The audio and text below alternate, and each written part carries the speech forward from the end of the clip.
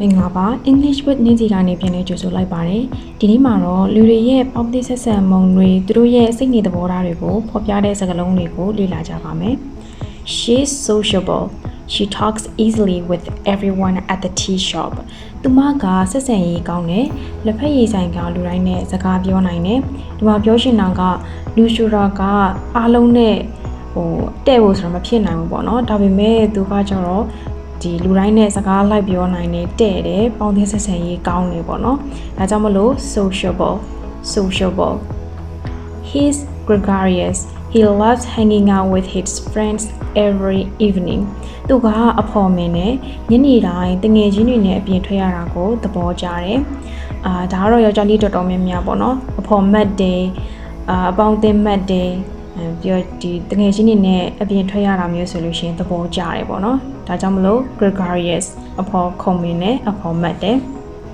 It's cruel to laugh at someone when they make a mistake အခြားသူအမှားလုပ်တဲ့အခါရေလိုက်တာကကျင်နာကင်းမဲ့တာပေါ့ဒီမှာပြောရှင်တာကလူတစ်ယောက်ပေါ့နော်လူတစ်ယောက်ကအများရှိမှအမှားတစ်ခုခုလေးလုံးမိတာမျိုးလွဲသွားတဲ့အခါမျိုးမှာကိုယ်ကနေပြောဘာလို့မဟုတ်ဘူးဒီတိုင်းပဲရေလိုက်မိတာပေါ့နော်အဲ့ချိန်မှာဆိုလို့ရှိရင်ဒါလူကျုံအရာကမရေသင့်ဘူးပေါ့နော်ဒါအကျဉ်းနာကင်းမဲ့တယ်ဆိုပြီးဒီမှာပြောထားတာဖြစ်ပါတယ် It's cruel The villain in that movie was sadistic he enjoyed hurting people ရုပ်ရှင်တွေကဘီလင်ကတခြားသူတွေနာကျင်မှပြောတာလူတွေကိုနှိပ်စက်ပြီးတော့သူကပျော်ရွှင်မှုရယူတယ်ဒီမှာဆိုရင် sadistic ဒီမှာကကြတော့ကိုယ့်ရဲ့ပျော်ရွှင်မှုအတွက်တခြားသူတွေကိုကြိခိုက်စီပြီးတော့မှကိုယ့်ရဲ့ပျော်ရွှင်မှုရယူတာပေါ့နော်ဒါတော့မကောင်းဘူးပေါ့ sadistic My teacher is easygoing he never gets angry easily ဆရာကပေါ့ပေါ့ပါပါပဲနေတယ်လွယ်နဲ့စိတ်မဆိုးတတ်ဘူးတချို့ကြီးကြတော့ရှိရလေနည်းနည်းလေးစားလိုက်တာနားလိုက်တာနဲ့မနှက်ဘူးကတည်လားမနှက်ပဲနဲ့စိတ်ဆိုးသွားတာမျိုးရှိတယ်ဒါပေမဲ့ဒီမှာကျတော့အဲ့လိုမျိုးမရှိဘူးတော့ပေါ့ပေါ့ပါပါနဲ့ဖလဲတကယ်နေတတ်တာမျိုးပေါ့နော် easy going She's even-tempered she stays calm even when others shout သူမကလွယ်နဲ့စိတ်မဆိုးတတ်ဘူးပေါ့နော်တခြားသူတွေအော်ရင်တောင်အေးဆေးဆေးပဲနေတယ်ဒါကကြတော့လူကအေးတာပေါ့နော်အေးတဲ့အပြင်ကမှဒေါသမထွက်တတ်ဘူးစိတ်မဆိုးလွယ်ဘူးဒီမှာဆိုရင် even-tempered ဆိုပြီးတော့မှသုံးလို့ရပါတယ် It's impolite to speak while someone else is talking တခြားသူတွေပြောနေတော့မှစကားဖြတ်ပြောတာကမယဉ်ကျေးရရောက်တယ်ပေါ့နော်ဒီမှာဆိုရင် impolite မယဉ်ကျေးရရောက်တယ်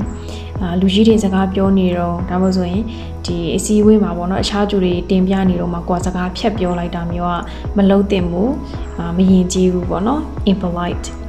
He was rude to the waiter for no reason သူကအကြောင်းပြချက်မရှိဘဲနဲ့စပွဲရိုးကိုရိုင်းရိုင်းပြပြဆက်ဆံနေပေါ့နော်ဒါဆိုလို့ရှိရင်သူကမုံမာတဲ့ပုံစံမျိုးနဲ့ဒါသူကစပွဲရိုးပဲငါ customer ပဲပြင်မလားအဲ့လိုမျိုးနဲ့ရိုင်းရိုင်းပြပြဆက်ဆံတာမျိုးကိုပြောရှင်တာဖြစ်ပါတယ် That boy is ill-mannered he never says thank you ဒီကောင်လေးကရည်ကြေးပြုငါမှုမရှိဘူးကျေးဇူးတင်တယ်လို့ကိုဘယ်တော့မှမပြောခဲ့ဘူးအဲ့တော့ဒီမှာက ill-mannered ညီကျေးပြုငါမှုမရှိတာပေါ့နော်ဒီမှာဆိုရင် SAYS ဆိုလို့ရှိရင်တော်တော်များများမှားလေးရှိကြရပေါ့နော်အတန်ထွက်လေးက says လို့ထွက်ရမှာပါ says ဆိုပြီးမထွက်ရပါဘူး says ပါ It's discourteous to use your phone during a meeting အစည်းအဝေးလုပ်နေတော့မှဖုန်းသုံးတာကအခြားသူတွေကိုအားမနာရရောက်တယ်ပေါ့နော်ဆိုတော့ဒါတော့သိတာပါတယ်အခြားသူတွေကအလုပ်အတွက်ကြိုးစားနေကြတဲ့အချိန်